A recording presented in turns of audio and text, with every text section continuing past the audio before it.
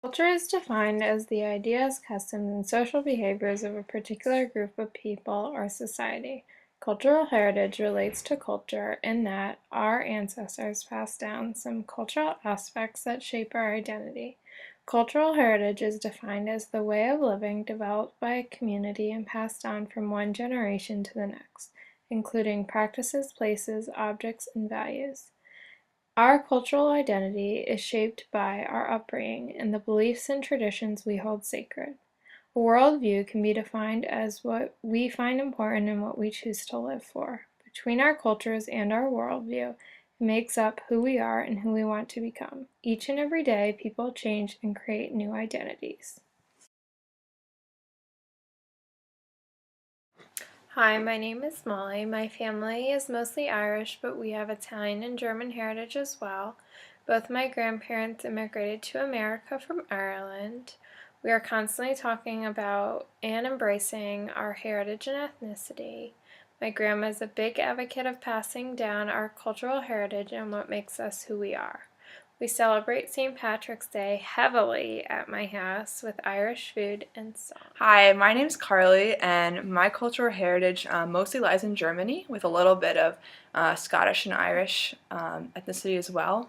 And my German heritage doesn't really affect me much in my life today, but I'm more impacted by my small hometown culture in Pennsylvania. Hi, I'm Hannah. I am mostly Swedish and Polish, but I would say that I am mostly Swedish as I recognize that ethnicity the most. My great-great-grandparents met on the boat as they were coming over to America and got married as soon as they landed, which is kind of cute.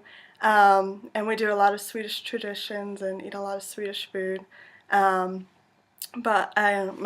other grandmother is Polish, and in some ways I got all the resemblance of the Polish side, as I'm short and brown haired, and all my sisters are tall and blonde. I believe my culture has definitely affected my upbringing. In both Irish and Italian homes, family is a huge component of their culture and their identity. As my grandma has always said, friends come and go, but you will always have your family. My grandparents definitely passed on this importance onto my parents as they started their own families. I have always been very fortunate to have a tight knit, immediate, and extended family. We have all relied on each other at some point in our lives, and we tend to pray as a family on any big life decision we have to make. Overall, the security of having such a close family has given me stability and made me secure in my skin to face any challenge life has to offer.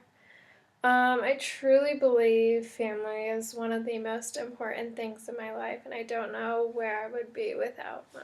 So my culture has really shaped my identity in more ways than I think I realized. I come from a very small town, and it sort of has like an isolated feel because it's a lot of people that are very similar, a lot of the same ethnicity and background, mostly white middle class. So that's really affected who I am today. In good and negative ways, I guess you could say, because I haven't really been exposed to a lot of different cultures.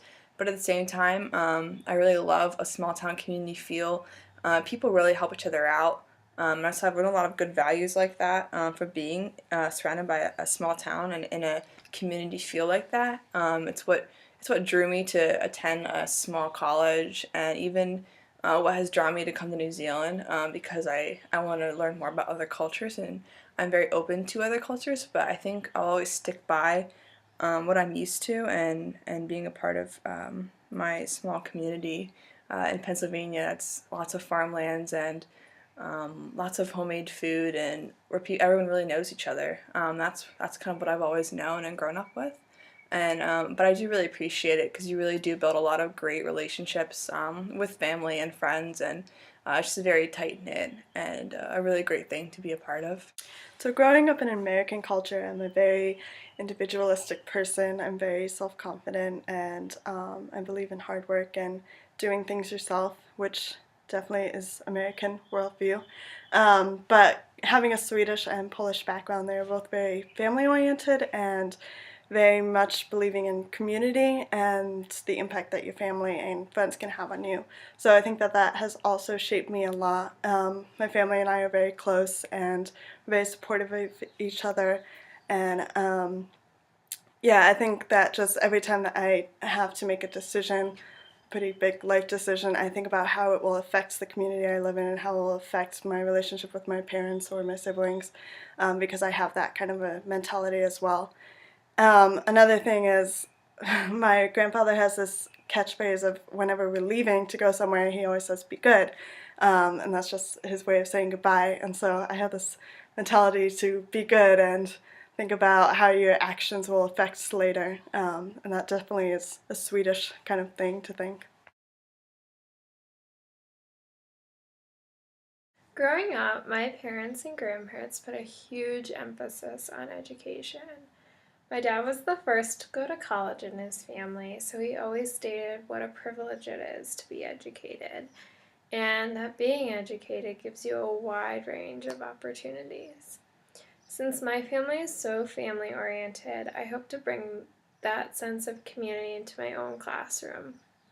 I think it is really important for students to know that a classroom is a community of learners that helps each other so they can grow as students and gain knowledge. As a teacher, I believe it is important to embrace many different cultures and really dive into another student's culture so that they can feel more comfortable to learn.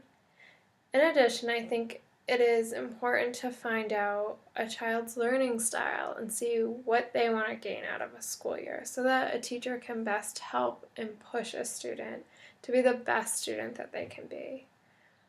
Overall, I hope I can provide a welcoming classroom community where children can take academic risks and really express their creativity.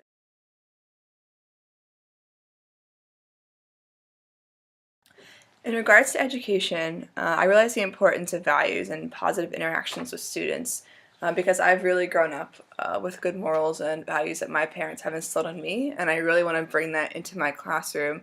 I think that teachers can really make a positive impact on their students. They play a really important role, and not only is it our job as teachers to push students to do the best that they can do and be the best that they can be, but also to build a relationship of trust where I hope that my students will be able to come to me with anything, any questions or problems or anything about their lives in general. And I just think that my identity has really been shaped by my family life and by my teachers. And I hope that my classroom can be a space where children feel welcome and can really just start to think about more about who they are. And then I can help push them to be the best that they can be and give them enough freedom to express themselves and really grow in their identity. So in America, I think that education is very much underappreciated, and it's something that a lot of kids really take for granted, and they don't understand that the resources that we have available in our school are very rare in some other countries. I was actually homeschooled, which obviously has a huge impact on me and my worldview. But I was had to do a lot of my schooling on my own, and it was very much self motivated, and what I wanted to accomplish, I would accomplish. And if I slacked off, then I slacked off, and I wasn't always held accountable for.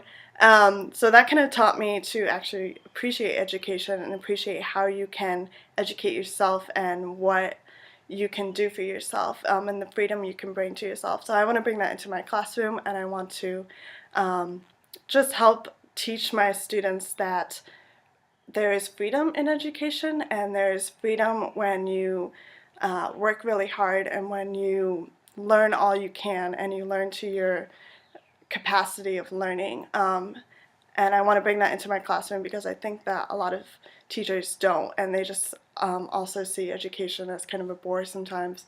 You know, when it's February and you're tired and you just want to be done with the year. So I want to bring that into my classroom and hopefully impact students. My family and I hold a few cultural artifacts dear to our hearts that relate to our ethnicity. One cultural artifact we hold dearly is a small glass Irish cottage. The cottage represents a home and a life of simplicity. My family has always tried to make our home a secure place where love is present and we are free to let our hair down and be ourselves. Another cultural artifact we cherish is my great-great-grandmother's Irish soda bread recipe. We make it every St. Patrick's Day and during certain parts of the year. As a child, I used to make it with my brothers when we visited my grandmother. When the bread was finished, my grandmother and I would have a tea party with some Irish china that has been passed down through the family. Some other artifacts we cherish are the Celtic cross, since my family has a strong faith and we try to portray to others a Christ-like lifestyle. Lastly, we have the Irish blessing hanging in my house to demonstrate that we have been blessed and as a reminder to always be kind to others. So, a cultural artifact that is important to my family is this recipe, which is for cherry pudding, which has been passed down for many years.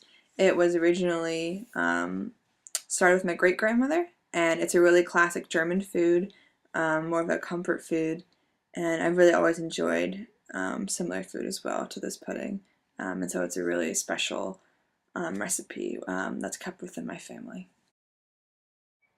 So my family artifact is a piano that my grandfather has. It's one of those old ones where you open it up and you put a paper roll in and you use the pedals to play music. It's really, really cool, and it's what they used to entertain themselves with back in the 20s and 30s before TV came around.